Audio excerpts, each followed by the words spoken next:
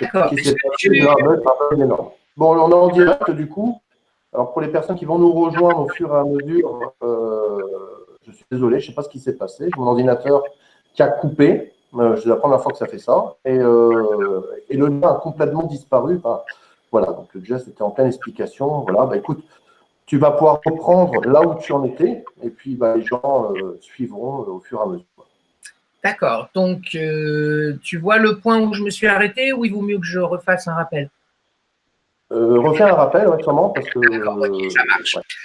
Alors, bon, donc, pour faire simple et rapide et efficace, je disais donc que les Atlantes viennent donc de Sirius, sont venus sur Terre pour faire un travail et une expérience matérielle, et que ces Atlantes sont descendus, entre guillemets, sur Terre en différentes étapes qui ont été 7 races, et cette race, donc, viennent de la... Alors, je vais reprendre les notes que j'ai là, hein. Donc, les Atlantes étaient des géants, ils sont descendus donc, sur Terre d'abord sous forme vibratoire, ils étaient à un très haut niveau vibratoire, et puis ils sont descendus donc, dans les 7 races racines, donc la première étant polaire, la deuxième hyperboréale, la troisième toltèque, la quatrième touranienne, la cinquième arienne, qui serait pour certains celle que nous vivons en ce moment, pas pour moi, la sixième acadienne et la septième mongole, qui est pour moi la nôtre maintenant. Donc, après, je laisserai chacun apprécier ça à sa juste valeur.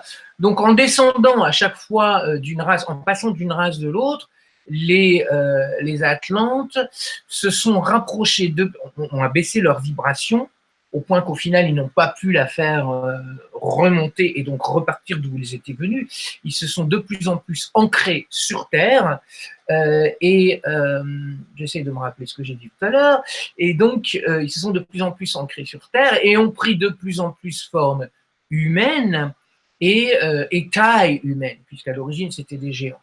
Et plus ils se rapprochaient du système et d'un métabolisme et d'une forme matérielle terrestre, et bien plus ils s'éloignaient de leur vibration, je dirais même plus qu'originale, mais originelle, et à partir de là, ils sont descendus tellement bas pendant tellement longtemps qu'ils n'ont jamais pu remonter. Alors je vous dirai tout à l'heure où sont les Atlantes aujourd'hui et ce qui s'est passé. Donc on a eu les Toltecs. Alors les Toltecs ont fédéré, donc les Toltecs, nous sommes pour mémoire donc en troisième race. Les Toltecs ont eu pour travail, ils ont décidé de fédérer les humains en une nation. Ils ont également mis fin à la plupart des géants.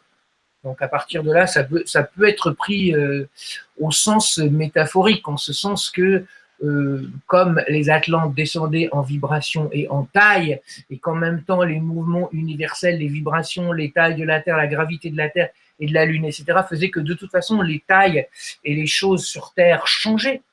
Hein. Après, donc, nous avons eu, après les Toltecs, donc, qui ont fédéré une nation, nous avons eu les Acadiens. Alors les Acadiens, quant à eux, c'était des gens qui étaient de grands développeurs de la pensée, ils ont légiféré, on a eu le code d'Hammurabi, nous avons eu dans la Bible, alors je le disais tout à l'heure, hein, la Bible au sens auquel je l'entends, c'est vraiment au sens très large, de aussi bien la Bible hébraïque, pour faire simple, on peut dire, et aller, c'est pas que ça, mais pour aller très très vite, je dirais la Bible hébraïque, ce que les gens connaissent, qui est surtout l'Ancien Testament, hein, pour ce que les gens connaissent au sens large aujourd'hui, la Bible chrétienne, donc l'Ancien et le Nouveau Testament, puisque le Nouveau Testament arrive avec Jésus, et donc le Coran pour les musulmans. Donc voilà, au sens très large, hein, je ne m'arrêterai pas aux détails. Donc voilà, donc les Mongols après sont arrivés à révéler une entité terrienne. Alors il y a eu Bouddha qui a fait un gros travail aussi, hein, à ce niveau-là. Et puis donc Jésus a fait, ce que je disais tout à l'heure, c'est que Jésus a fait un grand voyage. On nous dit généralement en Palestine, mais en fait il est allé en Inde, il est allé sur tout l'Himalaya, il a rencontré tous les grands maîtres qui étaient déjà là, hein, et qui ont complété, tout comme par exemple en Perse, Mani, ou connu sous le nom de Manesh, qui a donc donné naissance au manichéisme. Hein. La religion chrétienne est également une religion duelle, par exemple, comme l'est d'ailleurs la religion bouddhique. la religion chrétienne est duelle en ce sens qu'il y a le bien, le mal, l'homme, la femme, etc. Après, qui a évolué vers une religion qui n'est plus binaire, mais trinaire. La chrétienté, au final, devient trinaire. Le chiffre 3 s'installe avec l'arrivée de... Alors donc, au final, il y avait, ça tout le monde le sait, deux factions dans les derniers milliers d'années. Donc, il y a 12 000, à peu près 12 000 à 15 000 ans. Les Atlantes sont complètement en déliquescence. Et là, il y a deux partis. Il y a les fils de Hun, le parti de Hun et les enfants de Bélial qui perdent leur temps en guerroyant. Les Atlantes avaient déjà été en guerre avec les Lémuriens dans le passé et puis finalement finissent par, au fur et à mesure qu'ils descendent, donc les anges déchus, je disais ça aussi tout à l'heure de la Bible, finalement ils se retrouvent à être en guerre intestine et à arriver vraiment, vraiment dans une condition humaine, mais vraiment très très mal, ce qui causera leur perte totale et le tout sera carrément balayé par la disparition de l'Atlantide en tant que telle. Donc voilà, alors les Mongols, ça je l'ai dit, je crois, ont créé la divinité, ont extrait de la philosophie atlante originale la divinité terrestre. Dans le livre de Baruch, dans la Bible, on retrouve encore des traces de géants. Dans la Genèse, on parle des géants également qui étaient considérés comme des dieux, qui étaient sur Terre, et les géants virent que les filles de l'homme étaient belles et les prirent pour femmes, celles qu'ils choisirent, donc ils n'ont pas pris n'importe lesquelles. Donc voilà. Alors quoi qu'il en soit, on retrouve des traces aussi bien dans la Bible que dans les vieux contes du folklore, dans beaucoup de parties du monde, tout autour de l'Atlantique, dans toute la partie méditerranéenne, autour de la Méditerranée, aussi bien au nord de la Méditerranée qu'à l'ouest qu'au sud. Donc là, nous passons de l'Europe à l'Asie et au continent africain, où on en trouve. Donc pour toute la partie occidentale, voilà, c'était ça le mot que je cherchais, occidentale. Et puis tout ça jusqu'à l'Amérique du Nord, centrale et du Sud, comme je disais tout à l'heure. On a d'ailleurs parlé, Edgar Cayce, le mage américain, le prophète endormi, comme il est aussi de temps en temps surnommé. Alors bon, après, alors c'est vrai que Platon a enjolivé la chose et puis il en a fait quelque chose qui est quand même assez profitable aux Grecs, disons-le quand même. Bon, voilà, parce que finalement, les Athéniens sont débarrassés des Atlantes, etc. Bon, il prêchait dans sa paroisse grecque de l'époque. Et donc voilà. Alors l'Atlantide, c'est l'histoire de l'humanité au final. Je vais revenir sur ça tout à l'heure. Mais avant, excusez-moi, avec notre coupure, j'ai fait dérouler mes notes. Donc il faut que je reprenne le fil de ce que je disais. Alors, l'Atlantide est bien une autre dimension. On va vraiment au-delà de ce qu'on peut trouver sur Terre. Les restes de l'Atlantide, si tant est que ce sont des restes de l'Atlantide, ce qu'on en voit aujourd'hui, où qu'ils soient d'ailleurs, sont les restes de la dernière période de l'Atlantide. La première période, évidemment, étant des vibrations, donc on ne le retrouve pas. Je suis en train d'essayer de rechercher. Alors, les anciens Égyptiens ont connu les extraterrestres et les Atlantes qui les ont formés, qui ont amené vraiment les dieux sur Terre. D'ailleurs, cette partie de l'histoire de l'ancienne Égypte, c'est la partie qu'on n'étudie jamais à l'école. On remonte, quand on va à l'école, on vous parle de telle dynastie qui remonte environ, mais ça, c'est le lobby de l'éducation qui veut que... À l'école, on nous parle surtout de Cléopâtre, mais mis à part Cléopâtre, on va pas très loin. Alors oui, c'est vrai aussi, Anatole, tu as raison. Alors il faut savoir que Cléopâtre n'était pas égyptienne, elle était grecque. C'est l'époque des Ptolémaïques, quand les Grecs, donc ça c'est vraiment la dernière période égyptienne, quand les Grecs sont arrivés en Égypte, ils ont changé leur écriture, ils ont changé beaucoup de choses. L'Égypte n'était pratiquement plus égyptienne à l'époque. Pour autant, donc voilà, elle était grecque. Mais bon, c'était une autre période. D'ailleurs, les Égyptiens d'aujourd'hui ont gardé des affinités avec les Grecs. Il y a eu beaucoup de Grecs. On a connu Georges Moustaki, le chanteur connu en France, qui était un Grec d'Égypte, mais il n'était pas le seul. Georges Guettari, d'ailleurs, qui est un Égyptien aussi, qui était connu en France à peu près à la même époque. Tout ça, ce sont des gens, il n'y a pas eu que Dalida et Claude François qui sont sortis d'Égypte ou d'Alexandrie, ni d'Alexandrin d'ailleurs. Désolé pour les Alexandrins qui sont à l'écoute. Donc voilà, bon, bah, après c'est une autre partie, mais moi je vais vous parler de l'ancienne Égypte, vraiment l'Égypte d'avant le déluge, c'est-à-dire nous remontons à 12 000 ans. Hein. L'époque du roi, parce qu'il y a un film comme ça, le roi Scorpion. Alors, le roi Scorpion, moi j'ai pas de document. Pour moi c'est de la fiction, mais c'est pas quelque chose que j'ai étudié. On dit que c'est le premier pharaon d'Égypte. Oui, alors je ne suis pas non plus un spécialiste des rois d'Égypte parce que il faut savoir déjà que l'Égypte, alors l'Égypte n'est pas du tout l'Égypte qu'on nous apprend à l'école. L'Égypte était déjà un très vaste pays qui allait bien au-delà. Ça, je le développerai dans une autre émission, mais l'Égypte était dans l'Antiquité un très vaste pays qui allait bien au-delà de l'Égypte que nous connaissons aujourd'hui. L'Égypte que nous connaissons aujourd'hui dans l'Antiquité était développée en deux pays. C'est pour ça que le pharaon, les derniers pharaons, donc là dans les derniers millénaires, portaient en fait une double couronne. On ne nous dit jamais par exemple qu'il y avait des rois et des pharaons qui régnaient côte à côte, un qui règne au nord, un autre qui règne au sud, etc. Mais là, vraiment, je propose qu'on fasse une autre émission sur le sujet parce qu'il y a beaucoup de choses. Et dans l'entrefait, je réviserai mon roi Scorpion aussi. Comme ça, je pourrais peut-être vous en dire plus. Mais là, en fait, le problème, c'est que les égyptologues sont incapables même de comprendre tellement la première Égypte est ésotérique. On est dans l'hermétisme total. Où beaucoup de choses sont absolument pas comprises. Alors déjà, on ne comprend pas les 5000 dernières années de l'Égypte, mais pour autant, celle d'avant est d'autant plus sombre, hein, celle de l'époque des Atlantes. Donc, bon, je crois que je l'ai dit, j'espère que tout le monde a entendu. Je vais quand même me répéter, j'espère que ça ne fera pas trop lourd quand même, mais bon, donc qui venait donc de Sirion, alors de Sirius, pardon. Il y avait donc de Sirius Orion. Alors Orion était le chef des Égyptiens. J'ai dû me renseigner auprès du Haut-Chourin l'autre jour suite à son émission. Donc il m'a prêté main forte, je le remercie au passage, parce qu'il y avait des choses que je ne connaissais pas, qu'il a eu la gentillesse de vouloir me confirmer de son côté, de par ses connaissances et sa science. Alors bon, pour moi, donc là j'ai beaucoup parlé de l'histoire, des mythes. Je vais vous parler maintenant de mes expériences atlantes. Alors moi, les expériences atlantes, alors j'en ai eu 3. Je vais essayer de retrouver mes notes parce que j'avais quelque chose d'important à vous dire. On me demande là sur le chat pourquoi je suis couvert comme un esquimau. Et oui, parce qu'il fait froid. Il fait 14 degrés. Alors, voilà, on est loin des températures tropicales de l'époque de l'Atlantide. Hein. Oui, c'est vrai. Alors pour autant, ici, donc en région parisienne, il fait un peu lourd, donc il ne fait pas froid. Alors attends, j'espère que je n'ai pas effacé mes notes.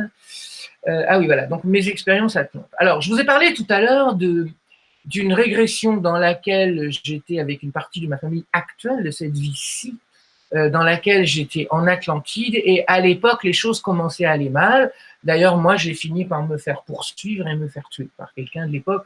Donc, on était vraiment déjà à l'époque où l'Atlantide, il y a 14 600 ans, les choses commençaient à s'aggraver grave, comme disaient certaines personnes il y a quelques, dans les années 80, hein, ça devenait grave de chez grave. Et à partir de là, les choses n'allaient plus du tout en Atlantide. Les Atlantes commençaient à se... C'était la déliquescence d'une certaine manière.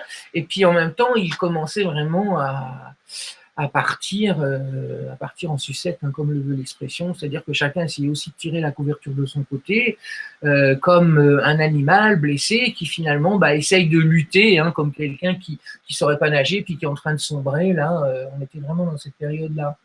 Alors, un autre après-midi, je me suis trouvé donc avec, je parlais de la dame d'Elche, hein, c'est comme ça que je l'appelle parce qu'elle lui ressemble, donc une femme atlante qui est venue me voir. Je ne sais pas pourquoi, parce qu'elle ne m'a rien dit. Alors, ça fait partie des codes de communication aussi que nous recevons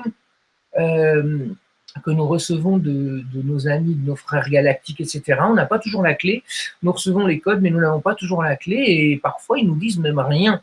Ils nous laissent chercher ou penser à des choses et donc voilà, après il faut chercher. Donc là, j'ai pas plus d'informations sur elle. Par contre, une autre fois, c'était là 2 semaines plus tard, je me suis trouvé avec Anubis qui a apparu. Donc là, j'étais en train de me reposer un après-midi. Anubis est apparu dans ma chambre et il était là contre le mur, donc à 45 degrés par rapport à moi. et à 90 degrés pardon, par rapport à moi, qui regardait de l'autre côté du mur sans rien dire. Et donc j'espère qu'il était habillé, parce que s'il était juste avec sa tête avec son masque tout nu, ça peut surprendre. Anubis dans la chambre, contre le mur en plus. Alors, pour ceux qui attendaient quelque chose de très cocasse, on n'a rien fait que la morale leur éprouve. Ah, d'accord. Je suis désolé, il y en a qui vont être très déçus, mais voilà, on n'a rien fait. Non, par contre, il est apparu, il faut savoir que les extraterrestres et donc également les Atlantes, les gens qui sont dans les vibrations supérieures, peuvent prendre tout un tas de formes pour nous apparaître. Je vous ai parlé de mon neveu iranien qui, lui, voit un griffon, son extraterrestre lui apparaît sous forme de griffon, tout simplement parce que le griffon est un des personnages de la mythologie iranienne, donc il lui apparaît sous cette forme-là pour ne pas l'effrayer. Mon neveu n'a pas encore 15 ans, donc il pourrait être assez impressionnable. Et le but de leur rencontre, c'est pas de lui faire peur, c'est d'échanger sur certaines choses. Donc là, est-ce qu'Anubis était vraiment Anubis? Moi, j'ai pas pu le décoder au-delà de ça. Ce que je sais, c'est que j'avais Anubis de 3 mètres de haut qui était là planté, donc comme on le retrouve dans les représentations de l'Égypte antique.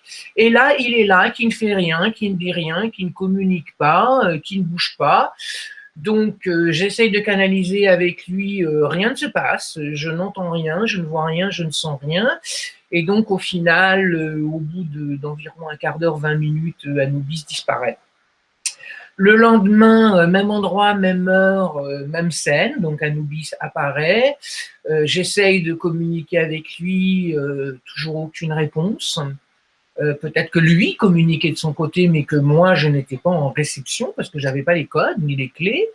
Et puis, le troisième jour, même scénario, même heure, même scénario, il apparaît. Et là, il m'envoie un cerceau de feu galactique.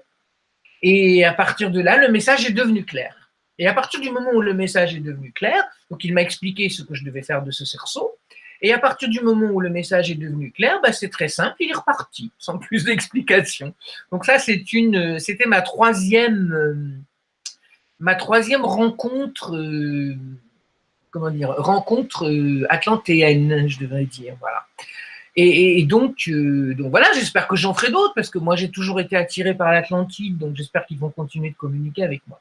Alors maintenant, regardons les faits. Les Atlantes étaient des géants qui n'étaient au départ que des vibrations, mais l'Atlantide, c'est pour ça qu'on a du mal à concevoir ou à comprendre ce qui se passe aujourd'hui, était surtout une vibration, c'était une autre dimension. Donc, je vous ai raconté comment on a eu les 7 races, comment les 7 races sont descendues en vibration jusqu'à devenir terrestres, quelles étaient leurs origines. Donc, Attends, Jess, il y a plusieurs personnes dans le chat qui demandent quel est le rapport entre l'Égypte et l'Atlantide. L'Égypte très ancienne, alors je vais répondre, bien sûr, l'Égypte très ancienne a été fondée par les Atlantes. Ils ont fondé des civilisations dans différentes parties du monde. Je parlais des Toltecs tout à l'heure, qui étaient des Atlantes, c'était une race atlante. Alors peut-être que ces personnes-là n'étaient pas là au début de l'émission ou étaient là dans notre coupure tout à l'heure où vous ne m'avez pas entendu. Mais donc, les Toltecs étaient une race descendant des 7 races originelles, racines des Atlantes. Et donc, c'est pour ça qu'on retrouve les mêmes symboles. De par le monde, les pyramides, etc. Il y a beaucoup de choses. Et donc, les Atlantes, à la disparition de l'Atlantide, se sont réfugiés dans des endroits qui faisaient partie déjà des colonies atlantes. Il y avait 10 colonies atlantes de par le monde. Donc, le monde était pratiquement couvert de l'Atlantide, en fait. On en retrouve des restes ici et là. Et donc, pour répondre à la question de ces gens, les Atlantes donc, ils ont fondé l'Égypte ancienne, donc la toute première, celle du Sphinx, donc il y a environ 12 000 ans. Et donc les dieux anciens, j'ai parlé d'Anubis tout à l'heure, les dieux anciens d'Égypte étaient des Atlantes. Les gens très souvent, quand on voit même dans les films d'ailleurs, très souvent quand les gens essayent d'imaginer ou de représenter les extraterrestres, en fait, ils les représentent sous tout un tas de formes, avec tout un tas de choses. Au final, c'est pas nécessairement vrai, parce que les extraterrestres, et donc les Atlantes également, qui arrivent sur Terre, ont déjà leur forme sur leur planète. Hein. Alors là, je vous renvoie au site Eveium, où il y a beaucoup d'informations d'ailleurs sur toutes ces choses-là, pas sur l'Atlante, mais sur les extraterrestres, sur leurs actions, leurs origines, etc. Nicolas a fait plusieurs émissions, Nicolas Turban sur ta chaîne avec toi d'ailleurs, Anatole, hein, donc a expliqué beaucoup de ces choses. Mais en fait, pourquoi nous avons tous ces animaux? On dit dans la Bible que Dieu a fait l'homme à son image. En fait, c'est l'homme qui a fait Dieu à son image. Et les races animales que nous avons aujourd'hui sur Terre, on dit oh, il y a ce qui s'appelle les mantides au niveau des extraterrestres, qui sont les mantes religieuses. Chaque entité qui est descendue sur Terre a créé chaque race à son image. Hein, les dauphins viennent, les baleines viennent d'autres planètes, etc. Il y a justement, comment il s'appelle, dit Happy qui dit il ne faut pas confondre aide cosmique et civilisation ancienne. Attends, j'ai pas tout entendu. Tu veux bien répéter? Il y a Happy qui dit il ne faut pas confondre aide cosmique et civilisation ancienne. Tu as bien dit aide? Oui, aide, ouais. Je vois pas où il veut en venir. Est-ce qu'il peut préciser? Ouais, je me demandais qu'il précise. La civilisation ancienne, de toute façon, tout sur Terre arrive du cosmos. Donc nous sommes tous liés, qu'on le veuille ou non. Alors si peut-être... Et également, Vincent te dit le Sphinx, c'est il y a 500 000 ans et les pyramides 12 500 ans. Le Sphinx, on n'a pas vraiment de date. Pour le moment, il y a beaucoup de suppositions, il y a beaucoup de recherches. Après, là, nous sommes dans les spéculations. Hein. Personne n'a encore la réponse finale. Nous avons des réponses. Moi, j'ai des réponses par des vibrations. Il y a des gens qui ont des réponses par des messages, comme moi j'en ai, etc. Mais c'est quelque chose de très, très vaste. 500 000 ans, c'est la période des Atlantes sur Terre, hein, jusqu'à aujourd'hui. Donc, le Sphinx, pour autant, c'est quelque chose que j'ai beaucoup étudié moi. Alors, il y a à peu près autant de théories sur le Sphinx que sur le Sphinx, pardon, que sur les Atlantes aujourd'hui. Hein. Tout le monde cherche. Mais ce qui est bien, finalement, c'est très bien parce que tout le monde cherche. Nous finirons par trouver quelque part un jour ou l'autre. Et d'ailleurs, 500 000 ans, c'est énorme. 500 000 ans, c'est exactement. Énorme. Alors, oui, 500 000 ans. Bon, après, je ne vais pas entrer dans ce débat-là, mais 500 000 ans, de toute façon, tout ce qui est le débat autour du temps et des périodes, c'est également un autre débat qui est vraiment un sujet très très vaste, parce qu'en même temps, nous sommes tous dans le présent, et les années et le temps que nous percevons, ce sont des années et un temps qui ne sont qu'à l'échelle humaine. Moi, je l'ai dit, je suis hybride, donc avec 3 races extraterrestres. Je ne raisonne pas dans ma vie privée, dans ma conception de l'univers, je ne raisonne pas en termes d'années. D'ailleurs, j'ai eu toute ma vie un problème avec le temps depuis que je suis né, parce que pour moi, le temps ne me parle pas du tout, du tout, du tout. Pour moi, c'est les vibrations, les contacts qui comptent. Donc, bon, ça vient de mes origines, mais j'ai vraiment eu un problème de temps. Je ne sais jamais quel jour nous sommes, par exemple. Je dois faire un effort à chaque fois qu'on change d'heure, mais c'est énorme. Je me laisse des notes. Si vous voyez mon bureau, c'est rempli de notes, etc. Mais bon, c'est un autre débat. Hein. Pour le moment, on n'a rien de plus sur le sujet. C'est bien qu'il y ait des gens qui cherchent, c'est bien qu'il y ait des gens qui trouvent. Voilà, moi je ne parle que de mon expérience de l'Atlantide dans ce que je connais, dans l'enseignement que j'en ai reçu, et dans les recherches que j'en ai faites, et dans le vécu que j'en ai eu à l'époque où j'étais dans une période atlante. Pour le reste, je ne peux pas dire. J'étais pas à l'époque de la construction du Sphinx en Égypte. D'ailleurs, le Sphinx en Égypte n'a pas 500 000 ans, puisqu'à l'origine, le Sphinx n'était pas du tout un Sphinx, c'était une statue de lion.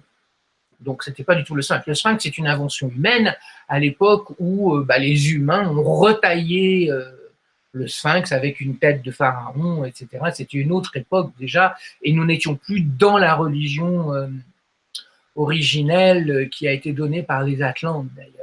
Donc voilà, j'espère avoir répondu à la question qui était posée. Voilà pour cette partie-là en ce moment. Alors, est-ce qu'il y a d'autres questions pressantes ou est-ce que je continue? Oui, attends, il y a Isabelle qui demande les Atlantes ont-ils construit les pyramides? Qui a construit les pyramides? Les pyramides sont des constructions extraterrestres de toute façon. Les Atlantes ont construit beaucoup de bâtiments. Moi, je n'ai pas été dans une vie atlante où j'ai vu les pyramides. J'ai vu des bâtiments, par contre. J'ai vu beaucoup, beaucoup de bâtiments, mais je n'ai pas vu de pyramides. Mais je ne parle que d'une période qui est la mienne. Rappelez-vous que je vous ai dit quand même que les Atlantes étaient environ 500 000 ans sur Terre. Hein, donc, on peut aller très loin. Moi, je remets mon curseur à 14 600 ans. Voilà. Mais de toute manière, j'avais lu un article qui disait que au niveau des pyramides, que même aujourd'hui, on serait incapable de créer des pyramides. Même avec les engins qu'on a, ça serait très très compliqué. Parce qu'il faut quand même, quand on voit l'image, tu sais, des esclaves égyptiens qui, avec la corde, tirent l'énorme bloc de pierre en haut de la pyramide, ça paraît complètement dément, une histoire pareille.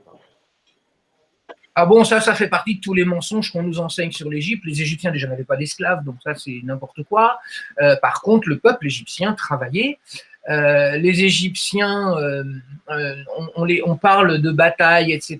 Il faut savoir que les Égyptiens n'avaient pratiquement pas de chevaux. Ils ont eu des chevaux dans les dernières périodes. Ils avaient des bœufs. D'ailleurs, c'est ce qu'on voit sur leur représentation. Allez regarder tous les monuments égyptiens et compter le nombre de chevaux que vous allez trouver représentés. Vous allez être très déçus parce qu'il n'y en a pratiquement aucun. C'est la même chose avec les esclaves. Quand les Égyptiens, ils ont ramené des prisonniers, hein. Bon, mais après, on entre dans un autre débat, là, parce qu'il y a des choses intéressantes. Là, on est plus sur l'Égypte que sur les Atlantes. On te laisse. Voilà. De toute façon, je prendrai toutes vos questions. De toute manière, ne vous inquiétez pas tout à l'heure pour. Voilà. Je pense, Anatole, que tout ceci nous profile une émission sur l'Égypte. Parce qu'il y aurait beaucoup. D'ailleurs, j'ai quelque chose à vous proposer après les vacances, mais je ne dévoilerai rien pour le moment. Voilà. Où il y aura beaucoup d'Égypte aussi, d'ailleurs. Mais voilà, bon, c'est normal que les gens se posent des questions, parce que moi, je suis aussi là pour ça. Je suis aussi là pour essayer d'apporter des informations et puis répondre aux parties auxquelles je peux répondre. Hein. Donc, c'est aussi le but de l'émission. Mais c'est vrai que nous ne sommes pas… L'Égypte, c'est vraiment la fin de l'Atlantide. Hein, la fin de l'Atlantide au sens Atlante noble.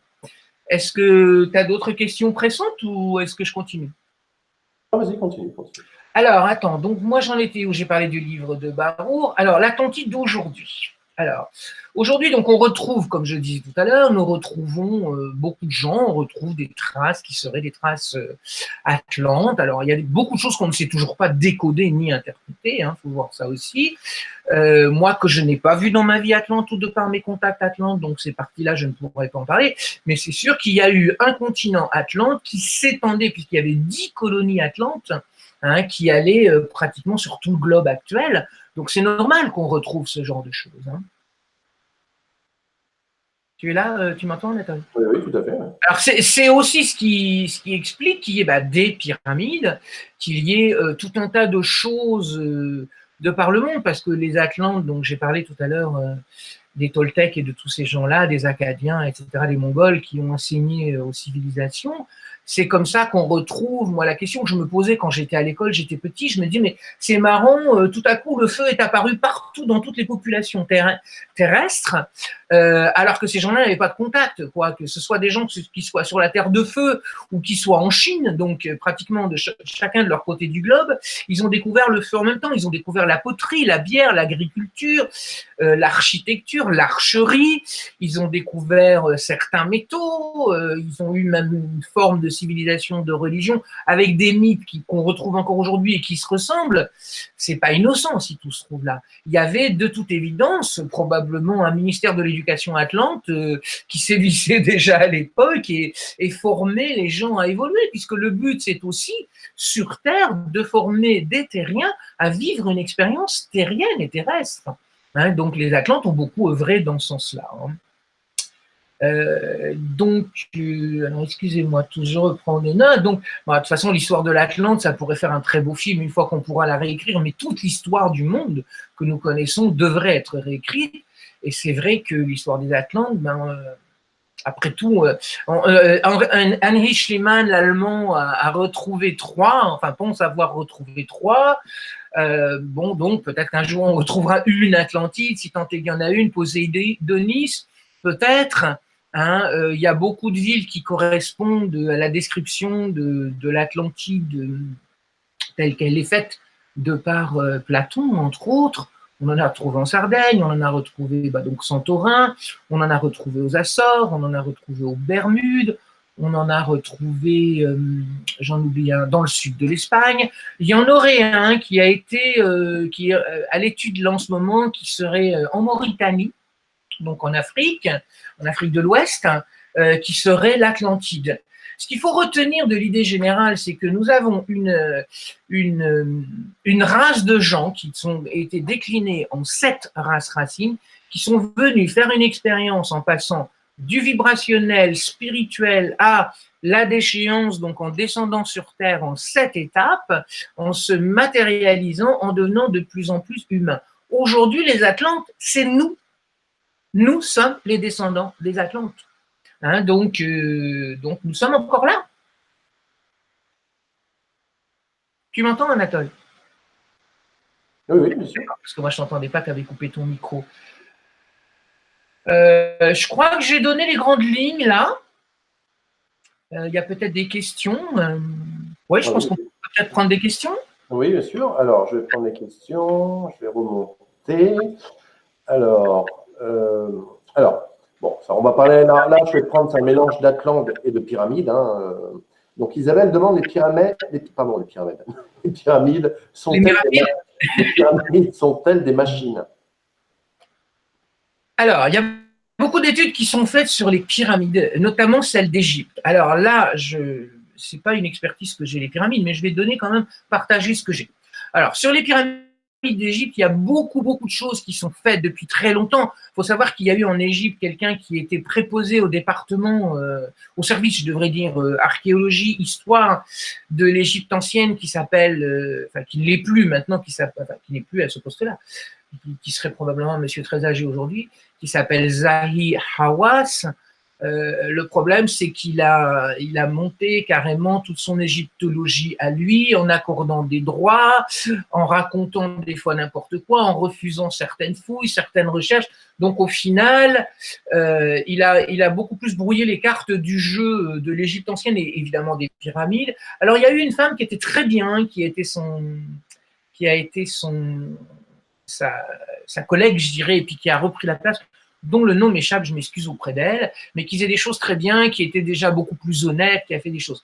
Pour répondre aux pyramides, donc, revenir sur cette question-là, il faut savoir que ce qu'on sait aujourd'hui des pyramides, c'est que c'est un sujet très vaste, personne ne sait encore à quoi elles servaient, ni comment elles fonctionnaient. Ce qui est sûr, c'est que les pyramides ne sont pas des tombeaux royaux. On n'a jamais retrouvé de corps, de momies, de quoi que ce soit de pharaons dans les pyramides. Ils étaient dans la vallée des rois et dans d'autres endroits comme ça.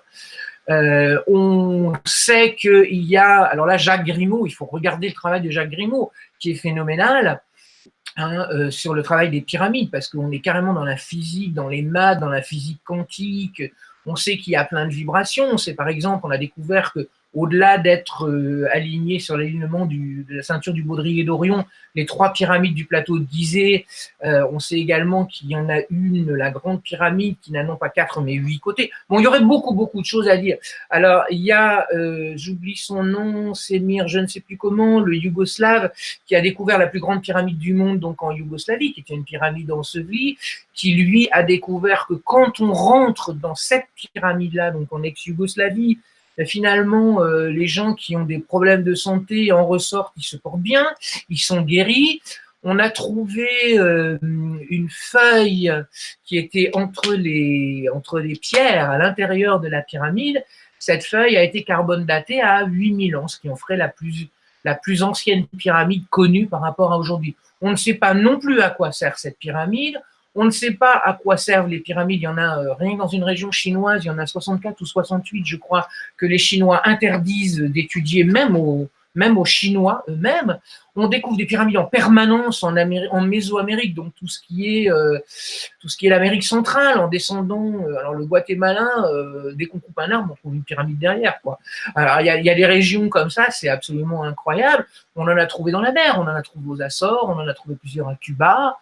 Les pyramides, il y en a partout. Pour autant, personne ne peut dire aujourd'hui vraiment à quoi elles servent. On sait qu'il y a de l'énergie, on sait qu'elles ont toute une orientation spéciale, qu'elles sont toutes basées sur des calculs astronomiques, puisque nous sommes dans la galaxie, mais personne, ni même Edgar Cayce, n'a apporté de réponse sur le sujet.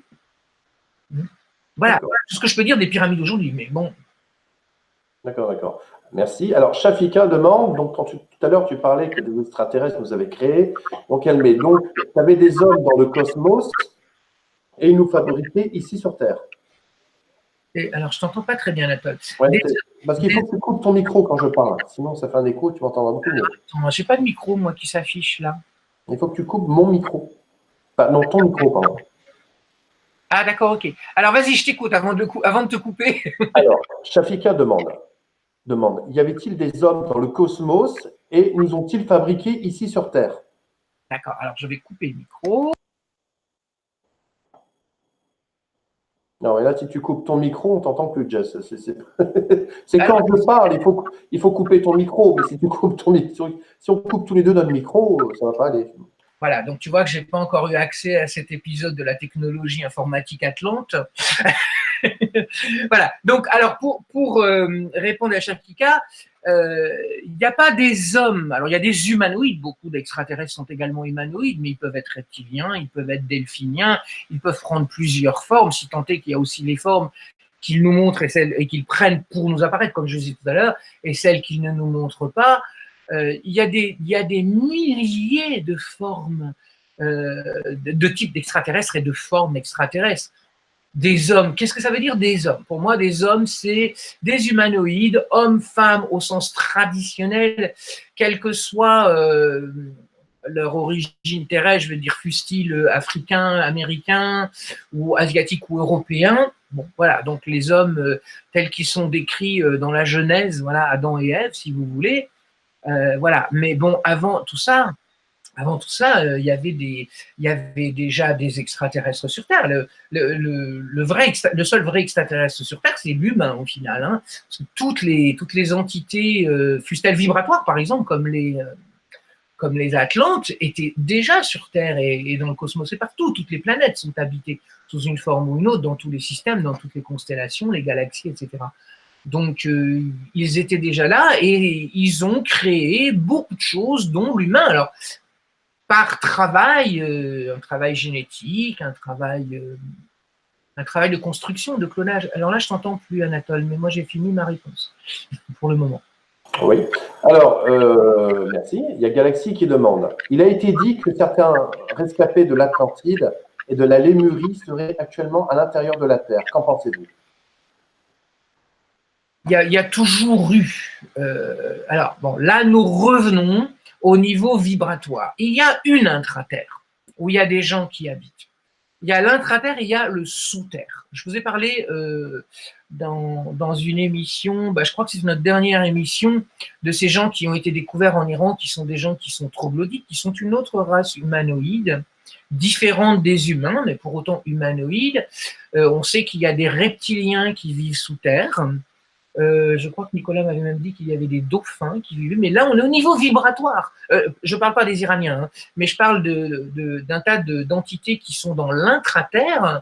La Terre est creuse, mais au niveau vibratoire, l'humain n'aura jamais accès à ce genre de choses. Par contre, les entités qui vibrent à différentes vibrations, à différents niveaux vibratoires, ces entités-là sont sur ce niveau vibratoire, certaines d'entre elles, et sont sous terre. Ils n'ont pas nécessairement besoin de...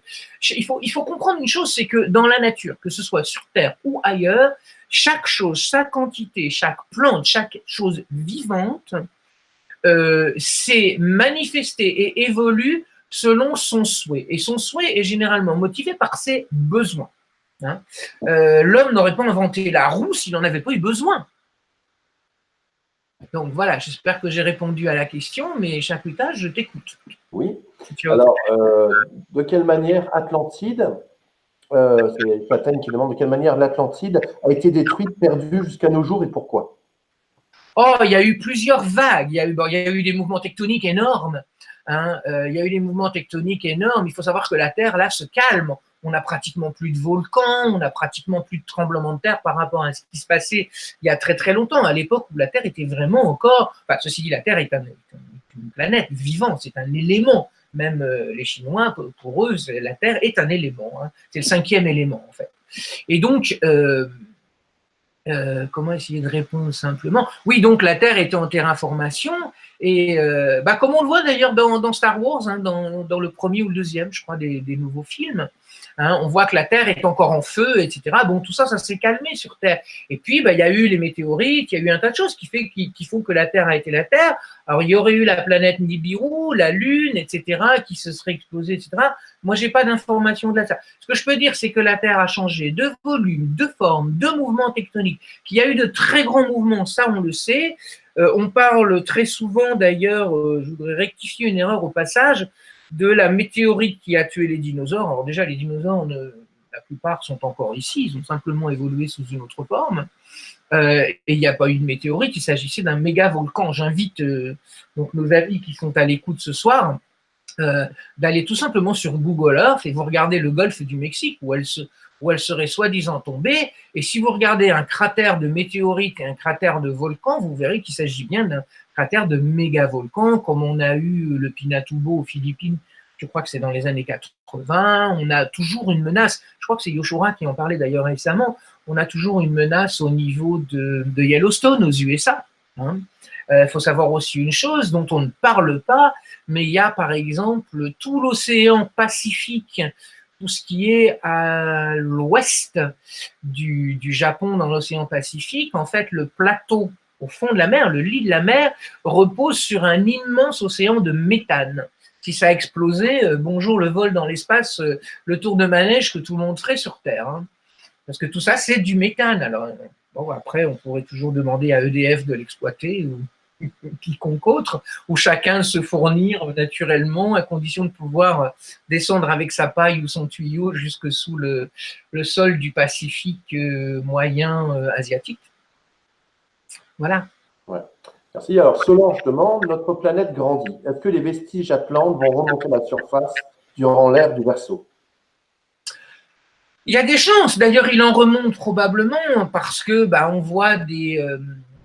je ne sais plus où c'est, je voyais ça, là, ça m'échappe sur le moment, mais il y a eu, on a retrouvé toute une forêt ensevelie depuis une période, une ère géologique d'il y a très longtemps. Tout à coup, les arbres, après une grande tempête dans la mer, voilà, ces arbres, les restes de ces arbres, le bas des troncs des arbres, et donc les racines enfouies, hein, ont refait surface. Alors, ils étaient pétrifiés probablement, et tout ça parce que la Terre bouge, on voit des choses qui ressortent. D'ailleurs, le film, la version, l'ancien film de l'adaptation de Jules Verne, Voyage au centre de la Terre, nous montre également ça. C'est aussi une illustration de ces choses-là. Les choses bougent, les tempêtes déplacent un tas de choses, les déserts n'arrêtent pas de bouger. Tout le monde a l'impression que les déserts sont immobiles. Mais en fait, alors pour ceux qui connaissent la dune du Pilat, par exemple, du côté de Mimizan en France, dans les Landes, hein, donc là nous sommes dans les Landes, cette dune, elle s'est constituée de sable, ça continue de bouger. La Terre est un élément vivant. Bernard Werber en parle d'ailleurs dans son livre La troisième humanité. Il en parle bien à la Bernard Werber, mais il a pris en compte cet élément Terre qui finalement bouge tout le temps. Donc des choses s'effondrent, des choses remontent.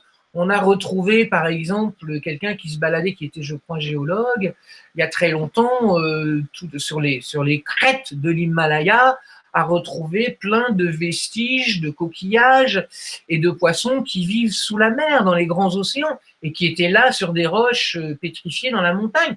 La Terre bouge. L'Inde était attachée à l'Afrique autrefois, elle est attachée à l'Asie maintenant. C'est ce qui a d'ailleurs créé la chaîne de l'Himalaya. Bon, le sujet est encore vaste. Hein.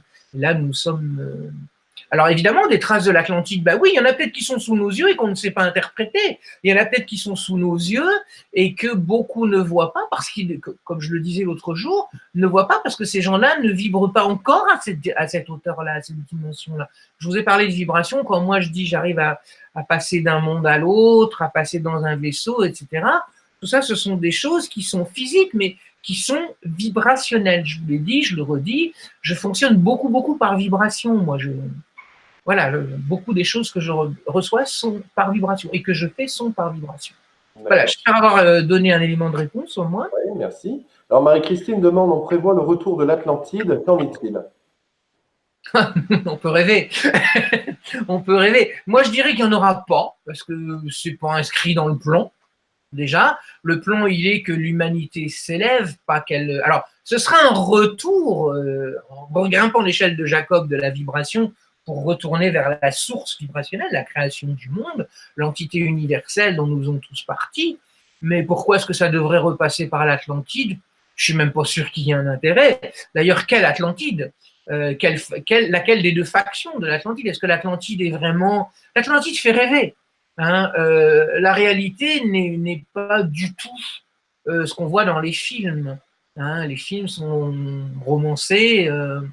Voilà, on a une jolie vision d'Atlantide. Oui, c'est vrai que c'est une civilisation hyper avancée qui a créé beaucoup de choses sur Terre, mais il ne faut pas oublier non plus que c'est une civilisation qui a fini en guerre intestine et qui a fini en totale déliquescence, quoi, total chaos, comme on disait autrefois. Il n'y a pas très longtemps. Alors Maïva demande, j'ai des origines incas, est-ce que je peux avoir des origines atlantes aussi?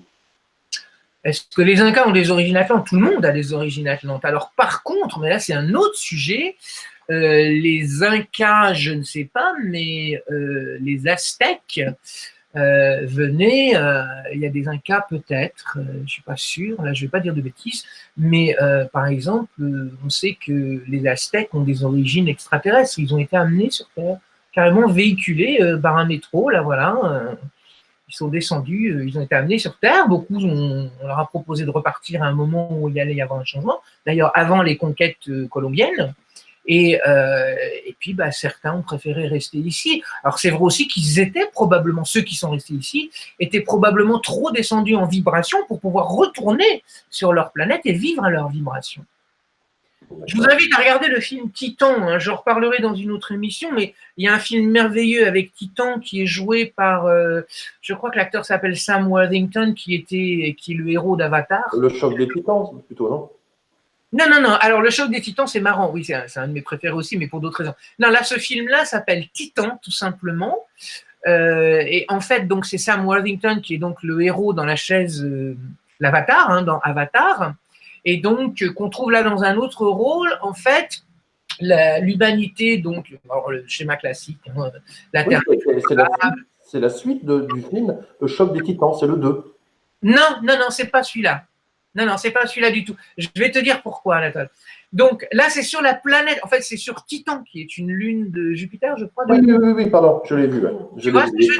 Il est très, très bien, ce film. Et donc, il est excellent. Alors, il est assez intellectuel quelque part, et bon, c'est pas le film d'action dont beaucoup pourraient rêver, mais il est magnifique parce qu'il montre comment, justement, pour aller sur la planète Titan et préparer un homme, donc je ne sais plus comment il s'appelle dans le film, mais préparer cet homme pour aller sur Titan, on est obligé de faire tout un tas d'expériences de modification génétique. Alors, les reptiliens étaient des généticiens, hein, c'est un de leurs grands œuvres, je dirais.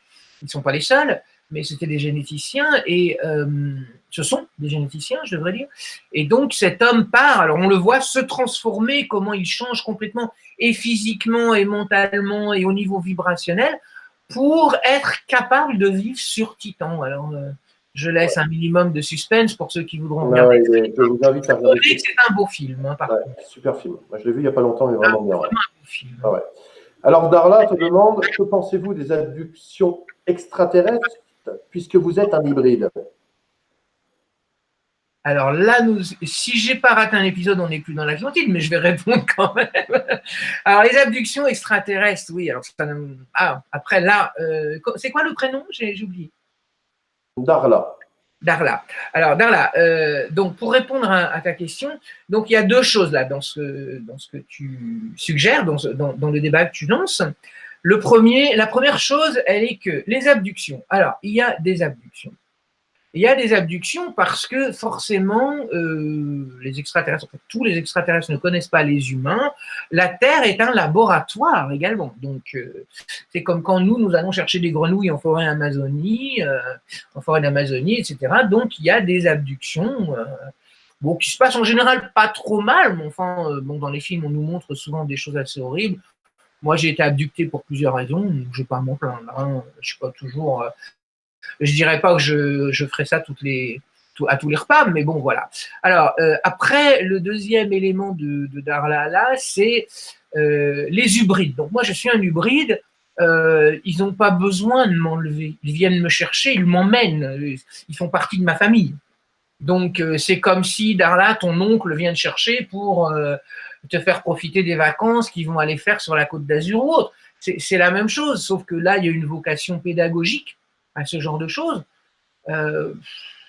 Voilà, moi, je n'ai pas souffert de ça. Alors, il y a d'autres races extraterrestres qui ne font pas partie de ma génétique, qui m'ont enlevé, qui ont enlevé ma femme, qui nous ont fait nous rencontrer dans le passé récent sur des vaisseaux où nous avons des enfants.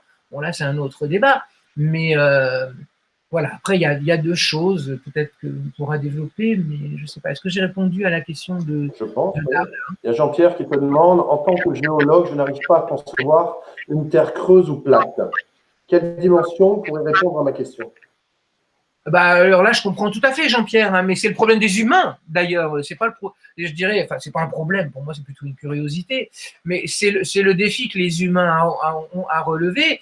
Et les géologues, d'ailleurs, s'ils ne connaissent pas Bleuette Diotte, je l'invite à suivre ses travaux, elle fait des choses merveilleuses, qui est une Bretonne aussi. Et donc, sur l'anthropologie, elle est géologue, je crois, de formation aussi. Non, parce qu'on parle d'une autre vibration. Autre vibration veut dire autre dimension. Donc, tant que, Jean-Pierre, tu ne vibres pas à cette dimension-là, tu n'y auras pas accès. Moi, j'ai accès à l'intraterre par vibration. Il y en a qui y vont par voyage, des humains, donc qui vont, ou des hybrides, qui y vont par voyage astral, etc., ou par vision à distance. Maintenant, tout le monde n'a pas besoin de, si tu n'y es pas encore, c'est peut-être que tu n'as pas besoin d'y aller dans ton choix d'incarnation et de mission sur Terre en ce moment. Il faudrait voir avec quelqu'un qui puisse te donner une lecture de ça, mais c'est complètement normal. C'est ce que je disais d'ailleurs avant de parler du film Titan tout à l'heure. Hein. Si on allait sur une autre planète, si les humains allaient sur une autre planète qui serait soi-disant terraformable ou amicale, qui puisse accueillir des humains, alors il faudrait, ou comme dans le film Titan, carrément travailler génétiquement, psychologiquement, physiquement, physiologiquement, métaboliquement sur les humains qu'on va envoyer. Et puis, si tant est qu'on puisse y habiter, on ne verrait, les humains qui partiraient là-bas ne verraient pas que cette planète, qui pour eux est vide, est en fait fourmille de monde. Les gens ne voient pas les Vénusiens. Aujourd'hui, on peut aller voir sur Vénus, on peut aller voir sur Mars. On ne voit aucun Vénusien, aucun Martien. Pour autant, ils sont tous là. Donc ça, c'est le défi que doit relever Jean-Pierre. Bonne chance, Jean-Pierre. Alors, Galaxy te demande, certains channels parlent avec des intraterrestres. Ça signifie donc qu'en augmentant ces vibrations, on peut entrer en contact avec eux? Alors là, j'y travaille beaucoup moi-même, hein, parce que j'ai beau être en avance par rapport à d'autres personnes, mais nous avons tous énormément de travail, et moi-même aussi, évidemment, je continue d'y travailler. Pour moi, c'est un travail quotidien de travailler sur nos vibrations, sur nos perceptions, sur notre apprentissage, sur notre culture, sur tout ça, sur toutes les manifestations de ce qu'on peut trouver dans le genre. C'est un travail infini. C'est un travail infini. Et on peut tous y arriver, on peut tous communiquer. Alors, il y a, avec le phénomène de l'ascension là, la vibration, le niveau de vibration terrestre et cosmique autour de la Terre, notamment, bouge. Hein, les humains reçoivent des codes, ce qui s'appelle des codes. Et ces codes, moi j'en reçois aussi, nous donnent accès à des informations, à des contacts, à d'autres dimensions, etc. Bon travail, Galaxy, bon courage. C'est pour toi aussi. Alors, il y a Jean-Pierre qui te redit quelque chose, qui te dit: comment voulez-vous qu'une plaque océanique repose sur un substrate rempli de méthane? C'est impossible, dit-il. Ah bah, c'est peut-être pas possible, mais c'est un fait. Ça a été constaté. Alors là, j'ai plus les éléments, mais il y a des cavernes, hein, de toute façon, même sur Terre. Sous l'Himalaya, il y a plein de cavernes. Hein, donc après, moi, je ne suis pas non plus géologue, mais bon, ça c'est des choses que tout le monde sait. Il suffit de prendre un livre de géologie de 5e ou de 4e. Hein, tout est là. Après, Jean-Pierre, je t'invite à nous donner plus d'informations et de venir nous faire une émission sur le sujet, parce que moi, j'ai des choses à apprendre aussi et je suis prêt à écouter là. Mais évidemment qu'il y a des plaques il y a des lacs souterrains, on découvre un tas de choses. Il y a même plein d'émissions sur YouTube là-dessus qui montrent ce genre de choses, entre autres. C'est bien, nous avons tous encore plein de choses à apprendre, c'est génial. Encore heureux, ça c'est clair. Alors, Isabelle demande, certains disent qu'un grand événement va se produire en juillet. Qu'en pensez-vous? J'ai entendu parler de cet événement. Alors, je ne sais pas, c'est pas mon anniversaire, donc c'est déjà pas ça. Je ne sais pas quel grand événement. C'est facile de dire. Moi, je m'engage jamais dans ce genre de choses. Hein. Je n'écoute même pas en général ce genre de choses. Je les entends plus que je ne les écoute. Moi, les gens qui me disent, oui, il va se passer, c'est comme le gouvernement qui a décidé de repousser un truc en 2023. Tu parles, ils sont vachement contents. En 2023, ils seront plus là, donc ils n'auront plus en assumer la responsabilité de l'avoir fait ou de ne pas l'avoir fait. Ça, c'est ce qui s'appelle, pour prendre une métaphore galactique, des plans sur la comète. Peut-être qu'il y a quelque chose. Moi, je demande à ces gens-là, parce qu'apparemment, ils ont une compétence et que je ne l'ai pas. Donc, moi, je demande à ces gens-là de nous dire vraiment ce qui va se passer. Qu'est-ce qui va se passer? Comment? Pourquoi? Puisqu'ils ont l'info, qui déballe. Hein, qui déballe? Moi, je suis prêt. J'aimerais bien, d'ailleurs, qu'on m'en dise plus. Si tant est que c'est vrai. Alors, on a vu le... Mercredi prochain, je reçois une personne, Katia Doumaille, qui va venir nous en parler. Bon, alors Katia, il est temps que tu fasses tes révisions si tu n'es pas encore prête. Mais voilà, oui, pourquoi pas, c'est peut-être quelque chose, probablement qu'elle a des choses à dire, mais ça, c'est comme c'était le 21 décembre 2012, tout allait changer, etc. C'est ridicule, ça tenait même pas la route, mais il y a des millions de gens sur la planète, des centaines de millions, peut-être des milliards même de terriens qui en ont entendu parler, qui l'ont cru. Pour moi, ça n'a pas de substance. Il n'y a pas de matière là. À aucun niveau, je dirais même au niveau vibrationnel. En tout cas, moi, j'ai rien reçu là, donc je ne vais pas en parler. Pour le moment, je reste à l'écoute. On a tous assez de travail. Je peux vous dire que les gens qui canalisent, qui ont des contacts extraterrestres, je peux vous dire, je l'ai dit, je le redis, nous avons du boulot à plein temps, quoi.